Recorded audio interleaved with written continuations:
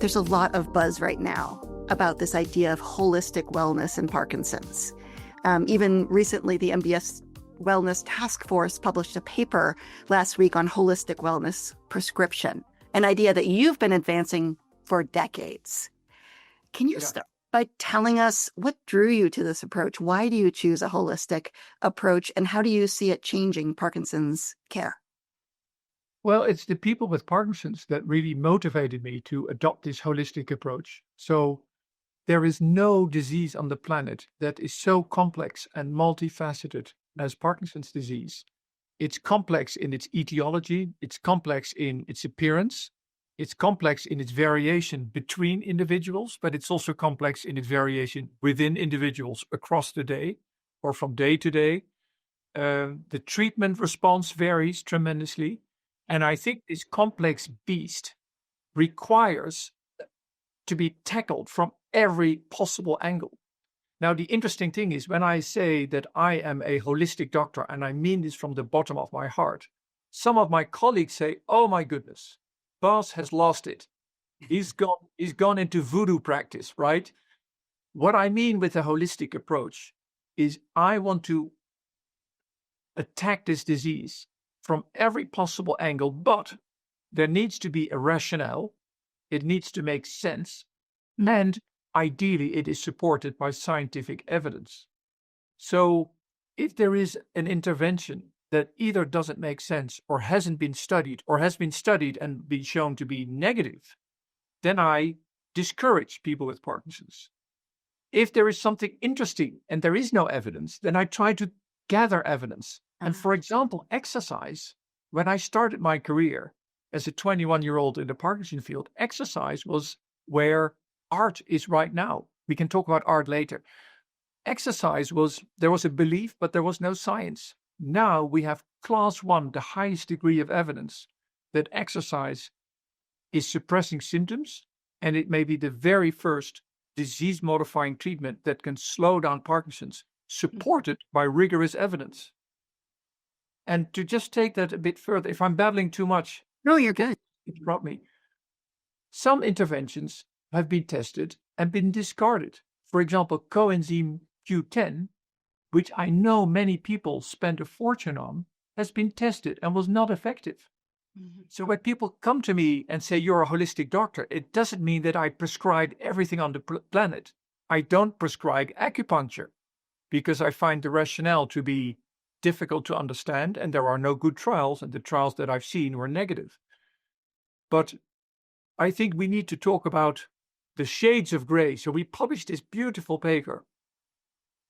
If you take the extremes, levodopa is highly evidence-based, good rationale, good trials. Swimming with dolphins is at the other end of the spectrum. Although swimming with dolphins is a physical workout.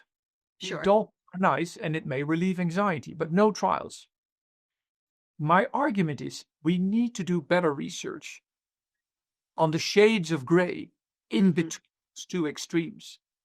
Nothing is either pitch black or nothing is shiny white. It's the shades of gray. And in that area is art, is mindfulness, yoga, a blue light therapy, the vibratory tactile devices that are now out there. And we can talk about that in a minute. And my quest is to build further evidence to either move the grays into the white zone so we can prescribe it, or to discard it so I can safely tell people, don't spend your money and your energy on something that doesn't work.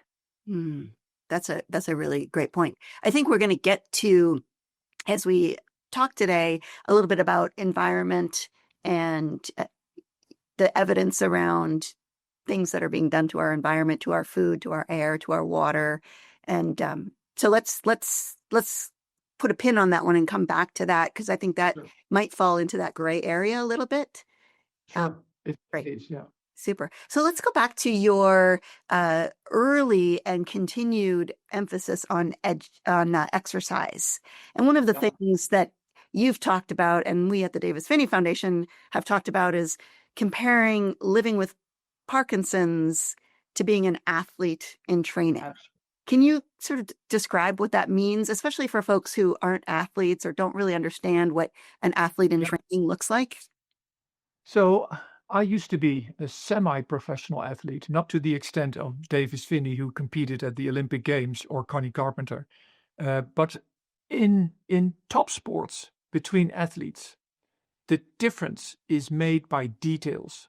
Mm. Top athletes have everything perfect: their stress levels, their nutrition, their sleep, their exercise, their materials, the massage. Everything needs to be perfect in order to beat your opponent. If you've got Parkinson's, you need to live the life of an athlete. And I like that metaphor because it has this positive connotation. But the serious note is, if you've got Parkinson's, you want to turn every possible knob and optimize it and tweak it so it's perfect. It means sleep, nutrition, exercise, stress, supplements, everything. And this is why I'm this holistic doctor, because I have the oversight of what works and what doesn't work, what is promising and what should be stopped. And I am not, one of my most widely viewed talks was a TED talk called From God to Guide. I love that one. I'm not God, I'm a guide in the life of patients. Mhm. And I counsel people so they make their own decision, but based on the appropriate facts. So I guide them in making the decision themselves. They decide, but I counsel. So, as a person with Parkinson's in training, as an athlete in training, can you talk about why is movement and exercise so central, so important? And then also, how do you think about exercise for care partners? Yeah. So this is interesting. Well, remind me that I don't forget the latter part. Um, First of all, exercise is good for anybody, regardless of Parkinson's. It's good for cardiovascular fitness, for bone strength, etc. But now, if you've got Parkinson's, it is an evidence-based treatment that suppresses motor symptoms, just like a drug, but it's also good for the so-called non-motor symptoms. It improves sleep, it reduces constipation, the slow bowel movements. And folks, this is something that I keep telling at every talk that I give. Make sure you have regular bowel movements. Constipation leads to bacterial overgrowth in your gut, and the wrong bacteria start to annihilate the effects of oral levodopa. So make sure you've got regular bowel movements. If you've got constipation, hard feces, winds, frequent winds, intermingled with diarrhea, go see your doctor. Drink ample fluids, half a gallon per day. Eat fibers, exercise, and make sure you have regular bowel movements and use laxatives if needed. Little sidekick, but it's part of that holistic approach. And people, I get to see lots of secondary, tertiary referrals, and people say, my pills don't work. And what does the average doctor do? Give you more pills. They still don't work. Give you more pills. No, treat the gut. Treat the gut, and suddenly the same dose is now effective. So make sure you've got regular bowel movements. So exercise is good for motor symptoms, not motor symptoms.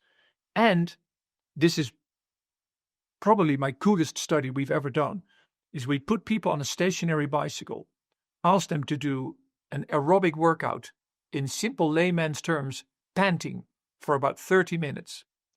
That led to a stabilization of motor symptoms, whereas non-exercising people declined. And hold your horses, everybody. Fasten your seatbelts. We did MRI scans before and after exercise. And even in elderly folks with Parkinson's, the brain started to make new connections between the diseased basal ganglia and the healthy parts of the brain that were now taking over the lost functions. So if you face your workout bicycle, if you're not motivated, you think, my brain is going to sprout new connections. So I think exercise is the closest to delivering the promise of becoming a disease-modifying treatment. Amazing. What people ask us all the time, and I know you've chatted about the type of exercise. How do you guide your folks, your patients, to exercise? And also, we were going to talk about care partners. Yeah, a couple of very practical things. One is there are 3 components to exercise. One is the aerobic component, 30 minutes of panting. And I specifically say panting because the nerve that goes to the heart is diseased in Parkinson's. Now, that's nothing to worry about, not a second. It just practically means most folks with Parkinson's can crank up their heart rate. So titrating your exercise to heart rate, don't do it. Just dose it so that your sentences become a bit shorter, but you can still maintain a conversation. That's the right dose. 30 minutes every day. Why every day? Otherwise, you can always do it tomorrow. If you build this into your exercise regime, there's no ifs, ands, or buts. Whether you cycle, whether you run, whether you hike, whether you climb, it doesn't matter. Do something. You can intermingle. That's one component. The second component is simply the volume of movements. Taking 10,000 steps is better than 5,000 steps, even at a leisure pace. Really cool is if you have a busy day, if you don't take the elevator but climb the stairs, that's a 1-minute workout, and we call this an exercise snack. And 30 snacks adds up to your workout.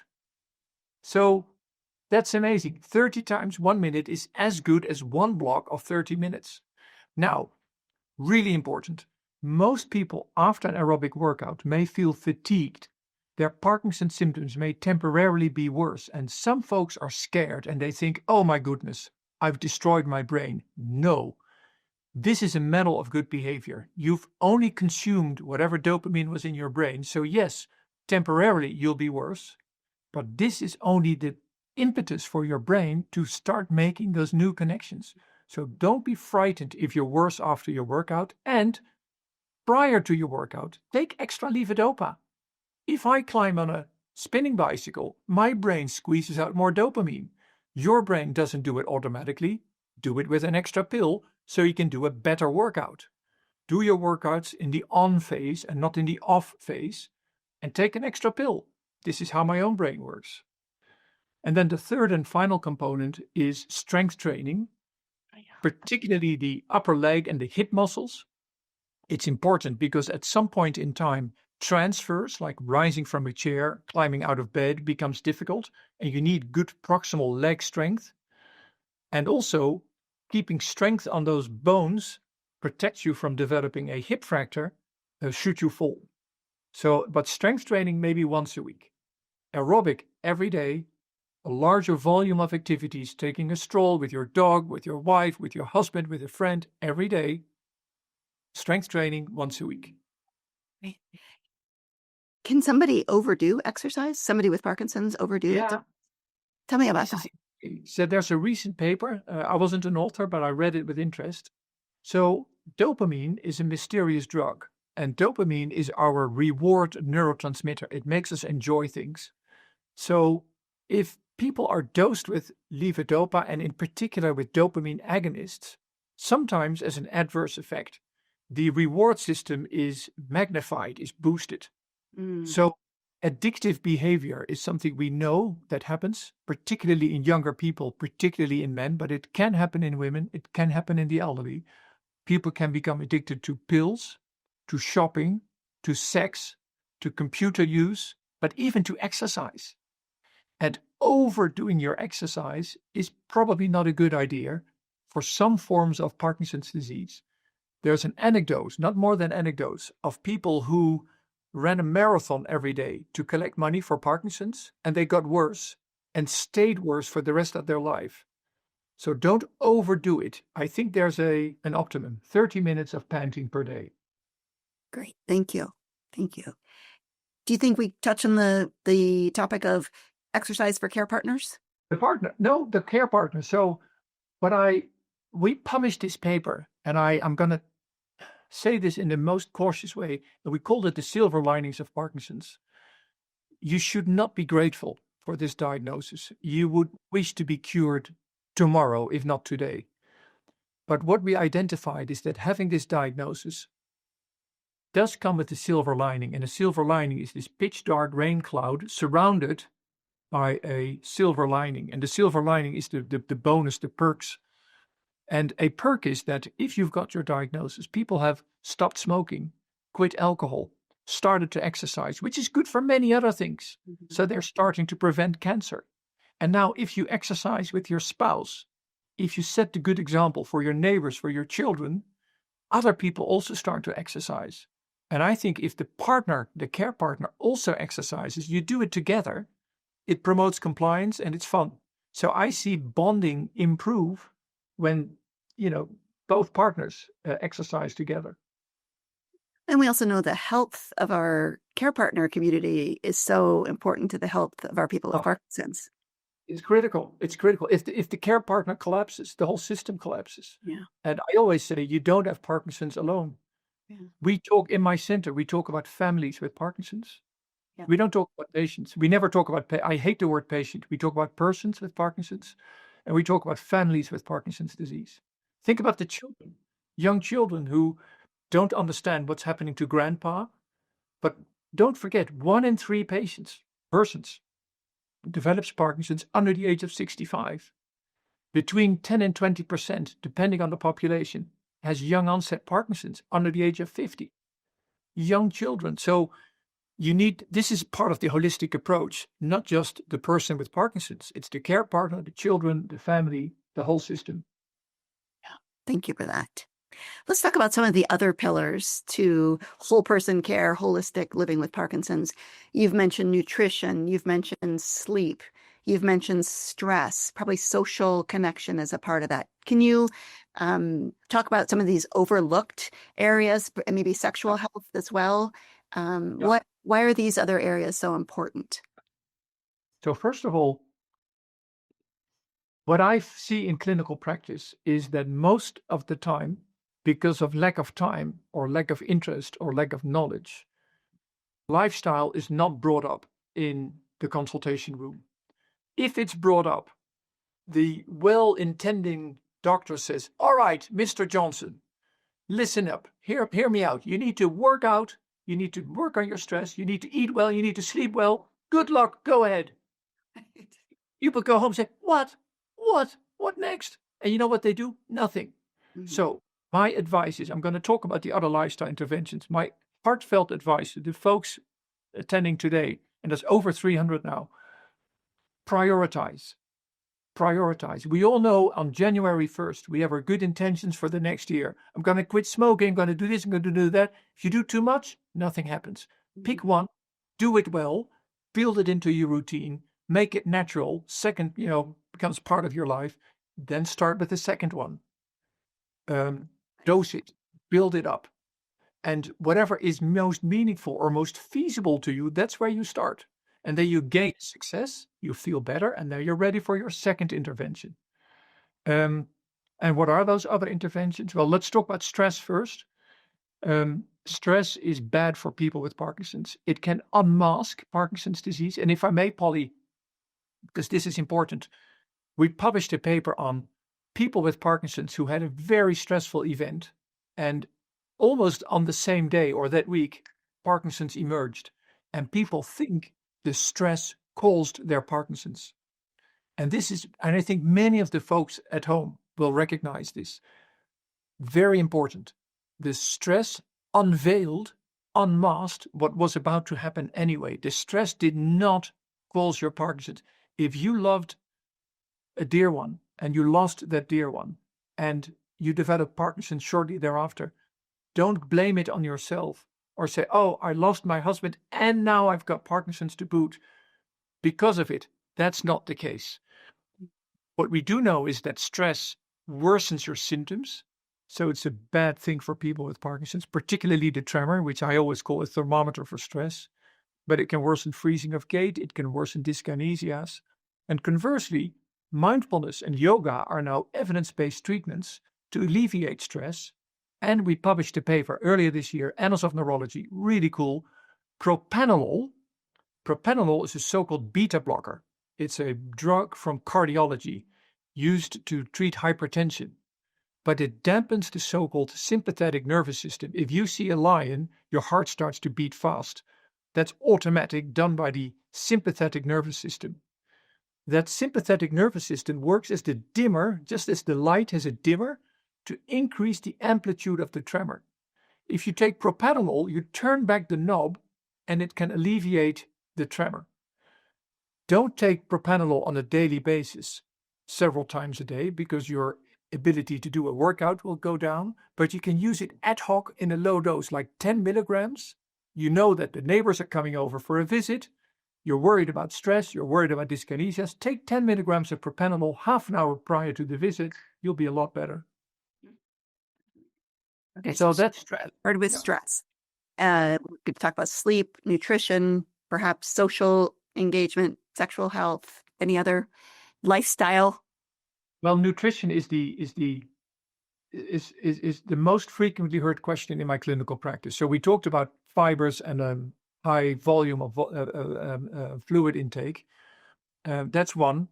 A Mediterranean diet, eat like the Greeks, but not the souvlaki, but the salmon, is associated with a lower risk of developing Parkinson's. And there is some hints that it may slow down Parkinson's once you've got the disease. So a Mediterranean diet, nuts, olive oil, vegetables, is a good diet. The MIND diet is also good. Ketogenic diet has a lot of interest, but the trials in Parkinson's are not convincing and it's difficult to adhere to. So I'm not a real fan of the ketogenic diet. I think the jury's still out there. I'm not saying it's not working. I'm just saying it's difficult to adhere to and it's not well underpinned. And then, of course, the big question is organic food better than regular food? We know that pesticides are not just the cause of Parkinson's. There are now 3 studies to show that pesticide exposure after the diagnosis worsens your prognosis. You will decline faster if you are still exposed to pesticides, if you already have the disease, and you're more likely to die sooner. Conversely, that's the positive note. If you manage to steer away from pesticides, you'll do better. So I have to be cautious and honest as a scientist. There is no trial. If there's one study that needs to be done, it's organic food versus regular food. We're planning that study in my center. We don't have the funding yet, but we're working on it. In the meantime, for all you listening at home, eat organic if you can afford it. Wash your vegetables very carefully. Wash your fruit very carefully because it will help. That's nutrition. Sleep is really important. What most physicians tend to forget, and if the doctor forgets, you remind the doctor. Parkinson's does not go on holiday at night. You need dopaminergic drugs to sleep well. And many doctors forget. And they forget because in the early days of Parkinson's, 3 times levodopa during the day will spill over into the night. But over time, the night will become undertreated.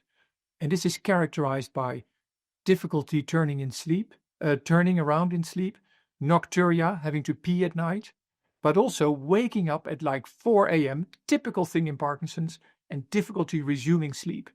It's a good telltale sign you're undertreated at night, and slow-acting dopaminergic drugs at bedtime can really improve sleep.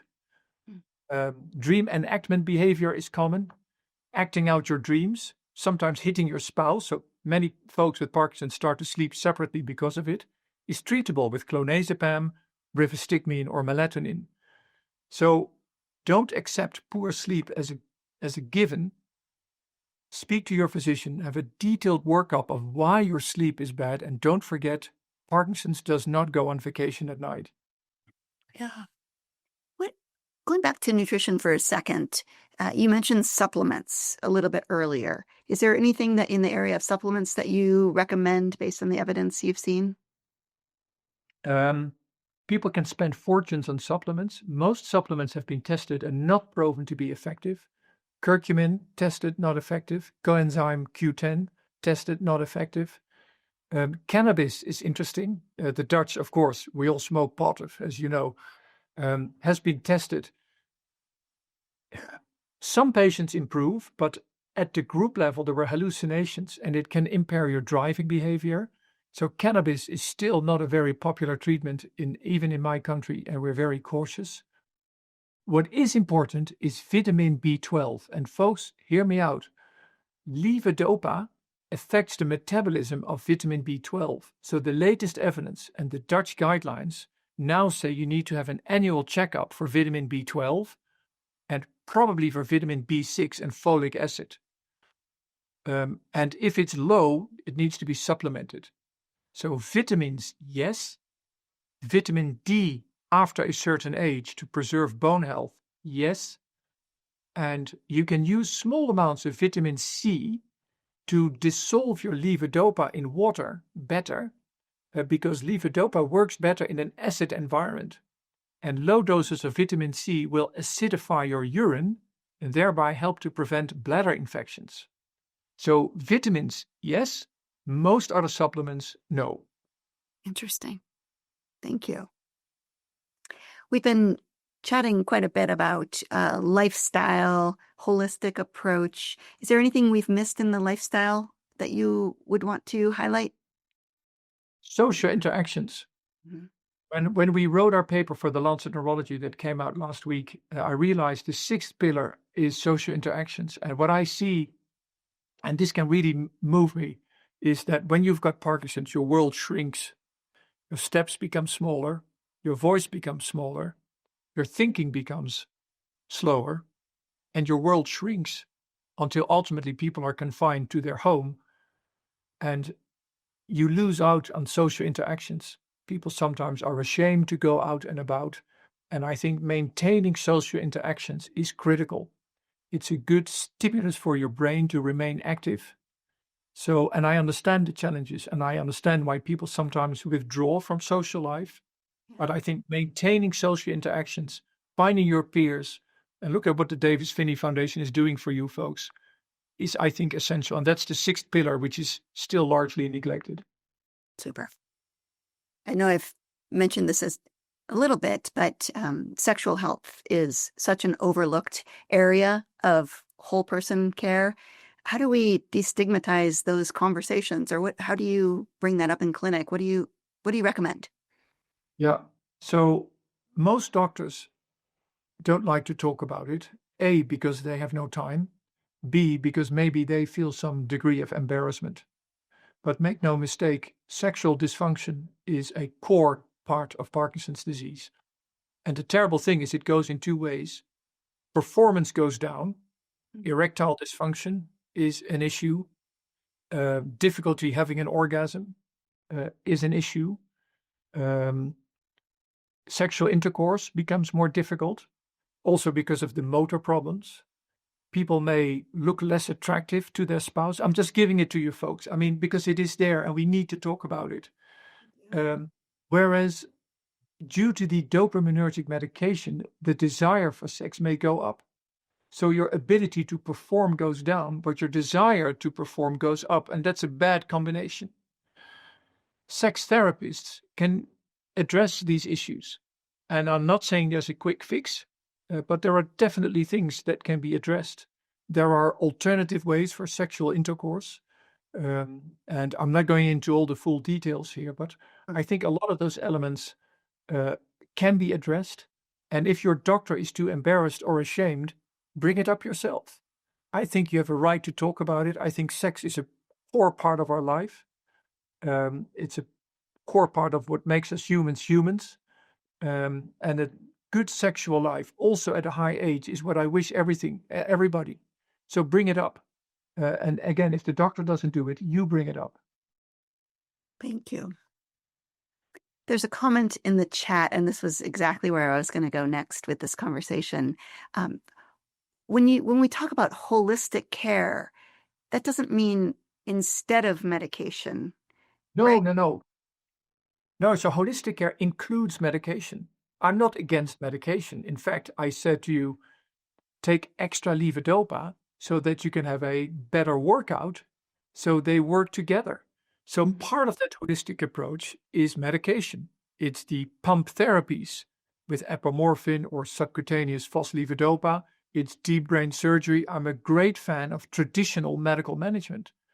What I'm saying is that traditional medical management is one of the pillars under what I think should be a multimodal, multidisciplinary approach with a holistic character for people with Parkinson's. But I'm a great fan of pills. And one of the main tasks that I have in my clinical practice is to still alleviate concerns about levodopa. 2025, there are still people We used to call this levodopa phobia. People are afraid of levodopa because it can cause dyskinesias, the wobbliness, the involuntary movements. The dyskinesias are the result of disease severity. Levodopa is not the cause. Well, you need levodopa to bring it out, but the reason you get it is disease severity. 3 studies have now nicely shown that if you postpone levodopa or other dopaminergic drugs for fear of developing complications in the long term, and then if you finally decide to take that medication, you will have a catch-up sprint and you will look identical to the folks that started treatment early, except that the folks who started early had a much better quality of life all those years. It doesn't mean you need to break the world record in pill swallowing. It means don't be afraid of the pills. The 4 rules in my clinic is if your work or your hobbies or your mobility or your activities of daily living become difficult to an extent where it starts to annoy you, go up, start medication, or if you're on it, go up. And yes, there will be a complex phase with response fluctuations, wearing off dyskinesias. The disease is to blame, not the medication. And if you take medication, you can do better workouts and thereby maybe slow down the disease. Got it? Got it. Great points. Shouldn't be any comment there. No.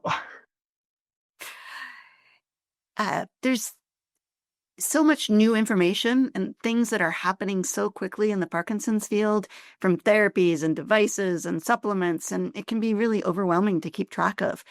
In the past, you've shared sort of a color coding system for evaluating new ideas. Can you tell us a little bit about that and how you recommend people use that? Well, there's a lot happening. So let's start with the good news, because I know there's hundreds of people eagerly waiting for solutions. And I wish I could tell people that the cure is around the corner, and it isn't. I do feel that a disease-modifying treatment, a therapy that will slow down Parkinson's, is around the corner. In fact, exercise is already at our disposal. But you will be bombarded with all sorts of interventions that may look promising at the outset and which don't help you in the end. So an example, and I mentioned briefly in the beginning, these vibrotactile devices. You put something on your skin that sort of buzzes, a vibration, basically. And you can see videos on YouTube of people with nothing less than spectacular responses. People, bad Parkinson's, unable to move, switch on the vibrotactile device, run through the room, jump on a horse, and gallop away. And usually when things are too good to be true, they are too good to be true. We reached out to the company, did a placebo-controlled trial. Nothing. Both the intervention group and the placebo group improved to a similar extent. So the task of me as a scientist and a clinician, but also the importance of the Davis-Phinney Foundation, is to help you guys navigate through that jungle of emerging evidence. I can tell you, I'm a fan of the Davis-Phinney Foundation, which is why I'm here today. If there's anything out there that is relevant and affects care, the Davis-Phinney Foundation will tell you. I'm in close contact with Polly and her team. If there's something that is relevant and that's impacting on clinical care, you will know if you follow the Davis-Phinney Foundation. So we collaborate on that color coding system. Great. Thank you. Another part of living well and holistic care is emotional health and meaning. And can you talk a little bit about if somebody's struggling emotionally, how do you help a person through those feelings? So one of my patients, and again, we polished this, she was an artist. And I say was because she passed away not with Parkinson's, but she had a gastrointestinal hemorrhage. And she drafted a cartoon of a pillbox with smileys. And she said, what we people with Parkinson's need is not dopamine. What we need is hopamine. Isn't that the coolest thing? We need hopamine. And I think the concept of hope is essential. If you are in a clinical practice and you hear the 3 words, you have Parkinson's, it feels like a death sentence, and your hope is vanished. Your future perspectives are gone. Your dream of growing old and doing stuff together until a high age are suddenly gone. And I understand that reaction. My task is to reinstall hope, and of course, realistic hope. We have good symptomatic treatments. You will grow old with Parkinson's. The cure is not there. Disease-modifying treatments are hopefully around the corner. Many people in the world are working hard every day on finding solutions for Parkinson's disease. So my task here today is to give you cautious but real hope. And I think it is a time to be hopeful. So after that initial moment of despair when you heard that diagnosis, I hope, like an athlete who was defeated on the finish line, you will resurrect and fight back. Awesome. Thank you. So as Parkinson's changes from year 1 to year 10 or year 20, how does your holistic approach evolve as people are living longer with Parkinson's? Yeah, it's a good question, but it really relates to precision medicine or personalized medicine. So when I said in the beginning, I'm not God, but I'm a guide, this was a TEDx talk, and you can find it on YouTube, From God to Guide. I speak to people and families, and I make shared decisions. So the one thing we do in my center, and I still love it, is we ask people before they come to the clinic to give me their top 3 wishes, or better, even their top 2, or even better, their top 1. If you've got 10 or 20 years of Parkinson's, there might be 20, 30 things you'd like to see improved. Don't go to your doctor and say, I've got A, B, C, D, E, F, G, and the doctor feels desperate and ends up doing nothing or give you a prescription for more pills. Think at home with your partner about what is your priority. And I would much rather address one thing properly and then during the next consultation move to the next one, rather than seeing that bucket being emptied and ending up doing nothing at all. So think carefully at home, draft your top 3, top 2, top 1, and discuss it. And discuss it not in terms of symptoms, but what you want to do. So rather than saying, I want my tremor resolved, you should say, I want to play chess. Because with a tremor, you can't play chess. Does it make sense? Mm-hmm. So in my center, we've re-educated ourselves to no longer talk about symptoms, but about functions, about priorities. Tell your doctor, I'd like to play football. I'd like to hike with my wife. I want to see my grandchildren play, whatever. Talk in those terms so that the team can help you. And maybe playing football means increasing the drugs, or maybe it means treating the tremor. But think about that in terms of what you desire in functions and bring that to your physician. Terrific. I love that idea. You mentioned the word team, and before we jump into our audience questions, can you talk about building your Parkinson's wellness team, what that looks like, who's part of it, who should be part of it? So this is a tough question because I know that access to all these disciplines is difficult. And I realize I'm from a well-developed, densely populated country with an excellent healthcare system.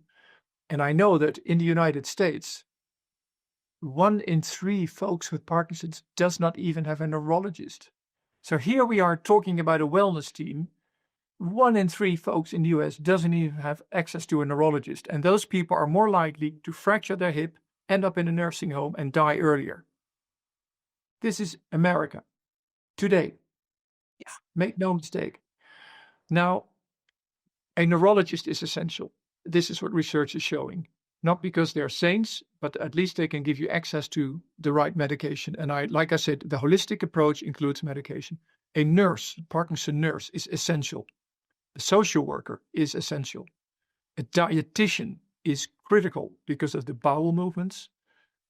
A physiotherapist, to my mind, is a core member of the team because you need to do your workouts, but you have to do the workout in a safe way. because people who exercise are more likely to fall, and what you don't want is to fall and fracture your hip. In my country, occupational therapists are really essential because they support activities of daily living. A speech language therapist looks at the safety of swallowing and the quality of your intelligibility. But, and the list can include 30 disciplines. Mm. I'm not saying that your wellness team should include 30 professionals. Look at your priorities and build your team around that priority. Because if you have 30 disciplines, Parkinson's becomes your job and your lifetime job, right? You don't want that. You want to be a person who happens to have Parkinson's. You're not a patient, you're a person. So think about your priorities and build your wellness team around that priority. And if you're very stressed, then your mindfulness teacher becomes critical. If you are a former athlete, want to resume your activities, your physio is your best friend. Right? I hope this makes sense. Yeah, it makes sense. And it goes back to sort of the original point of approaching Parkinson's as if you're an athlete. Because an athlete has a team around them to make them successful or help them be successful in their endeavor. Yeah, absolutely. Thanks for that. All right, we've got many, many questions in the chat. So if you're okay with shifting, I'm going to move into maybe almost a rapid fire question from our audience. Does that work for you? Yeah, of course. Super. So you had mentioned earlier about heart rate. You didn't say being a dirty measure, but I've heard it referred to as being a dirty measure. Unreliable. Super. Is there an autonomic reason why recommended heart rate levels are difficult to achieve? Yeah. So the autonomic nervous system is affected early on in the course of Parkinson's. We now realize there's a brain first Parkinson's, probably because we inhale toxins, causes hyposmia, then goes into the brain, or we eat toxins, kills your gut nerve cells, and then through the vagal nerve, which is part of the autonomic nervous system, travels to the brain. So for the people with a body first Parkinson's, which starts in the gut with constipation, the autonomic nervous system is affected early on, and it reaches the heart before it reaches the brain. So this year we published a paper in Annals of Neurology that changes in the way people can crank up their heart rate and how the heart rate tapers after exercise was already affected in prodromal Parkinson's. People who looked clinically fine, nobody noticed anything, who went on to develop Parkinson's 10 years later. So the heart is involved in Parkinson's early on. Yes, this is the autonomic nervous system. It's not dangerous. I want to repeat, don't worry about it. It just practically means titrate your exercise based on breathing rather than heart rate. Super. Nancy wonders if you could talk a little bit more about blue light therapy. Yeah, of course. The paper's submitted. It's under review. So I'm a fan. There have been studies with white light. White light is a way to treat depression, not just in Parkinson's, but light therapy is good. This is why people are more depressed in winter. Interestingly, blue light, but at a particular wavelength, squeezes out more melatonin from the brain, and melatonin in turn helps with dopamine production. So we did a trial, which I think is the coolest thing, part of holistic approach. This was in the grays, and we randomized people to spectacles with either blue light or red light. And so people had no clue. They both felt they had the real deal. People with blue light slept better and were less depressed. Really cool. So there are companies already selling this to you. The paper's under review, and it will soon be published, I hope. Wonderful. Peter asks the question about mucuna. How do you say it? Mucuna pruriens. Yeah. As some people as helpful. Tell us a little bit about this supplement. Sure. So Mucuna pruriens is an Ayurvedic plant, and the beans contain levodopa, and the levodopa is 100% identical to the levodopa that's contained by Metapar or Cinemet that your doctor is prescribing. So people have this romantic feeling, I'm using a plant-based product and I'm not ready for chemical medication, but the levodopa is 100% identical. Now, Mucuna as monotherapy is not a rational approach because we give levodopa combined with either carbidopa or benserazide, which prevents the conversion of levodopa into dopamine in your bloodstream. You want levodopa to be converted to dopamine in your brain, not in your blood. Mucuna only has levodopa, so a lot of the levodopa contained in this plant never reaches your brain. Having said that, in Africa, which I think is criminal, many people don't have access to a simple thing such as levodopa. And Roberto Cilia, a friend of mine from Italy, did a trial with levodopa from Mucuna in Africa, and it was better than nothing. So it's not as good as regular levodopa that the doctor prescribes, but it's definitely better than nothing.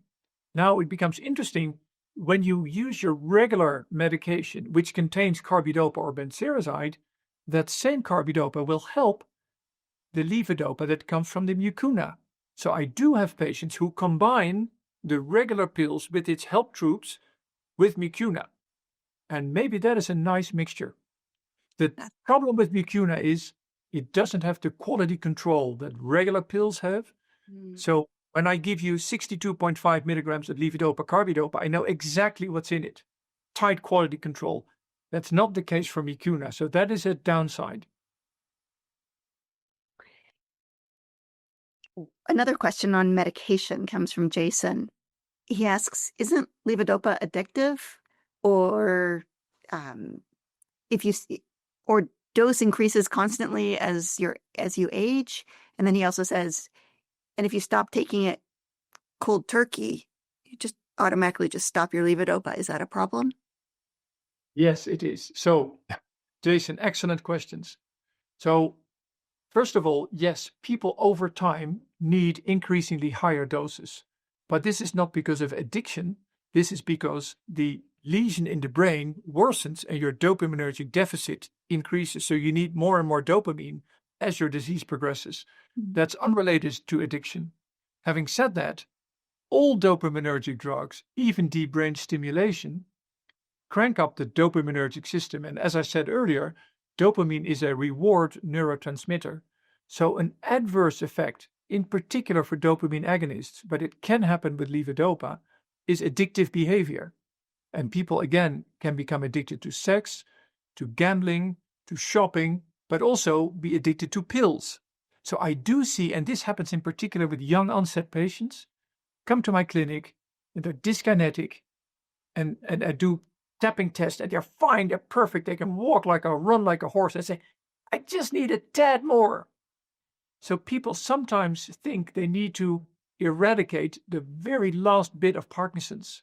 That's not the goal of treatment. Remember the 4: work, hobbies, activities of daily living, and mobility.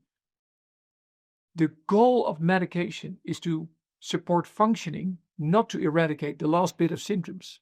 So, Jason, yes, pills can cause addictive behavior, including addiction to medication, but that's a separate issue. The reason why people need higher doses is the increase in dopamine loss. Now, very important, still 311 people in the call. Don't ever stop all your drugs right away. This can kill you. The brain gets used to dopamine, and although it is rare, acutely stopping all your pills can cause a so-called malignant neuroleptic syndrome, high fevers, muscle cramps, renal failure, very dangerous. So if you need to undergo surgery, and maybe you can share this with the folks here, we published a paper on what to do if you can no longer swallow your pills. For those folks interested, I do a Parkinson Weekly on Instagram and on Facebook. It's called Parkinson Weekly, and you can follow me there. I discuss the article of the week. And my very first episode of Parkinson Weekly was about what to do when you can no longer take drugs. The strategies, because you need to do something else. A subcutaneous treatment, a nasogastral tube, But don't ever radically stop your pills right away. That's really dangerous. And follow me on Parkinson Weekly. Each Thursday is a new article. Next Thursday, I'm going to talk about diet and Parkinson's. Terrific. We'll put a link for everybody who wants to follow you that way. Thank you. Yeah. Speaking of diet, a couple of other questions have come in about probiotics, healthy gut, yogurt, kefir. Anything you can say around those topics? Yeah. The probiotics sound romantic because we know that the microbiome, the bacteria in the gut, are changed in people with Parkinson's, probably in the wrong direction. So probiotics sound romantic. There are a few trials that have suggested carefully that maybe constipation improves.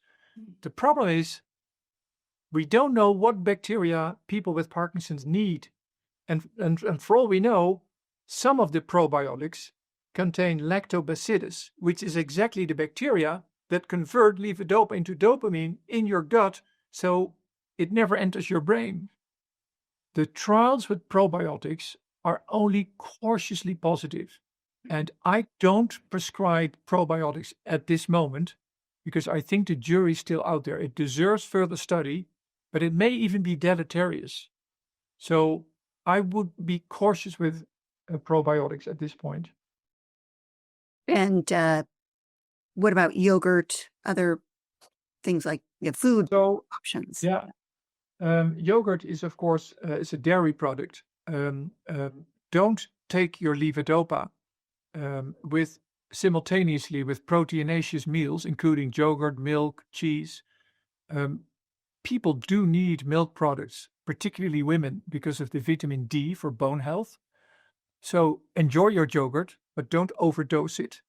Don't take it simultaneously with your medication. But there's nothing extra in yogurt that is particularly beneficial for folks with Parkinson's. At least that's not been studied. Again, I'm a holistic doctor. I'm curious, but I don't know. It's not been studied. I'm not saying it's not working. It's not been studied. Got it. There's a lot of talk about cold water therapy, and Patty asks, what do you think about cold water therapy? It's in the dark gray zone, meaning there have never been studied. I think a lot of the cold water studies that I've seen are difficult to interpret. I know it's been driven. In fact, as a Dutch patient, I think it was, but the driver is called the Iceman. But he's a unique character, and his body works different from all of ours. So cold water therapy never been proven to be effective for people with Parkinson's. We did a very interesting study on what happens during holidays in people with Parkinson's. Two things, if I may, Polly. Yeah. One is people go to warmer climates. Most folks with Parkinson's feel better. So if anything, a warm bath, and that, for that matter, would be better than a cold bath. But this is only weak evidence. What is now stronger evidence, and this is also part of my Parkinson Weekly, so follow me there. If people go to high altitude, they improve.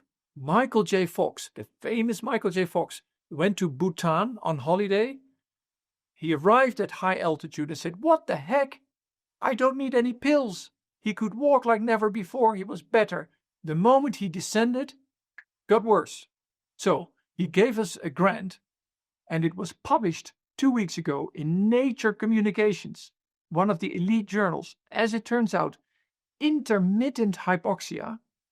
So living in Bhutan doesn't make you better than living in Holland, but brief bouts of hypoxia squeeze out more dopamine from the brain and, in animals, drive neuroplasticity. So in the paper that just came out in Nature, I mean, mind you, Nature, we tested different hypoxia protocols. One of them stood out. So it looks like intermittent hypoxia might become a treatment for people with Parkinson's. We've done a second study sending people home with hypoxia masks, which was feasible and safe. And we just got the grant to now study this in a randomized clinical trial. And now, again, fasten your seatbelts. What is the one other thing that makes you briefly hypoxic? No, what are the two things that make you briefly hypoxic?